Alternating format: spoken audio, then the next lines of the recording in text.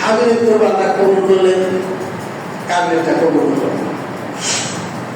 এখন একটু ভাবি, কোরবানিতে আমি মাঠে দিত, আমরা সবাই ছোটবেলা মাঠ নেই, কেন কত মাঠ নেই, সব জায়গার জন্য মানুষ ফসল করে, তারপরে এদিক সেদিক কোরবানি দেয়। এই বিধানটা যদি এখন থাকতো, তাহলে আমরা তো ভয়ে অনেক মানুষ কোরবানি দিতাম না, লজ্জা পাবো। না বলে ভুলে হলো, যদি না করতো বোঝা যেত যে আপনার দেয় সুদের, আপনার দেয় ঘুষের, আপনার দেয় ডাকাতি, চুরি, মদ বেচা, গাঁজা বেচা, বোঝা যেত না। কিন্তু আল্লাহ তারা বড়ই মেহেরবান, আল্লাহ চাল্লাহ তার বান্দারা লজ্জা পায়। এই জন্য আমাদের নবীর কারণে এই জিনিসটা উঠিয়ে দিয়েছে। এখন তো কোরবানি হয়ে গেল, কাবিলের টাকা কবুল হলো না, হাবিলের টাকা কবুল হলো। তখন কি বললো কাবিল? কি বললো দেখেন, কাবিল বললো আমি তোমার হত্যা করে দেবো, মেরে ফেলবো। এই যে আমাদের দেশে খুন খেলাবি হয়, কত খুন হইতেছে, যুক্তিতে না পারলে মাস্তানি করে, আইনে না করলে রাতে রাতে মাস্তানি করে। মাস্তান আসলে বাড়াটিয়া মাস্টার একজনের জমি দখল করে, একজনের জিনিস জোর করে নিয়ে যায়, চাঁদাবাজি করে।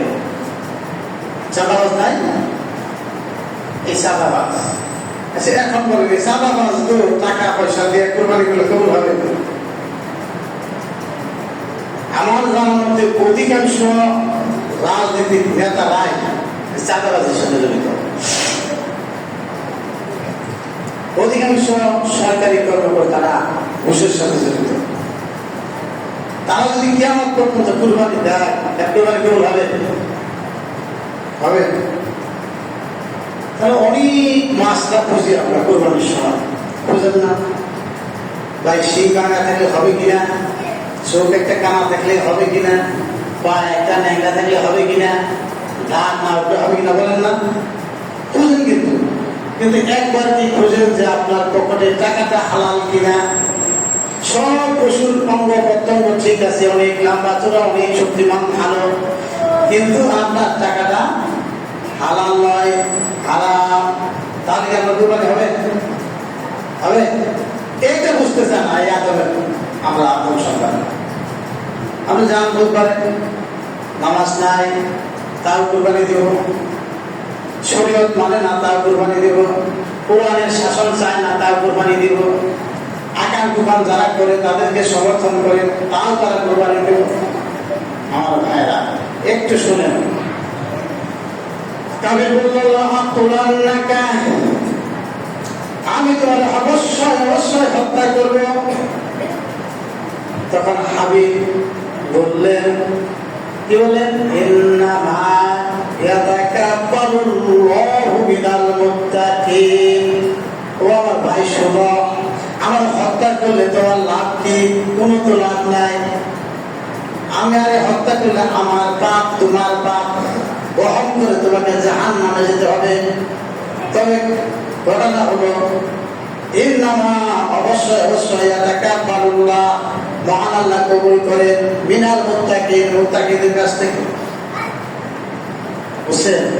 কুরবানি কারটা কবুল করবেন? আল্লাহ মিনাল মুত্তাকিন, যিনি মুত্তাকি তার কুরবানি আল্লাহ সুবহানাহু ওয়া তাআলা কবুল করবেন।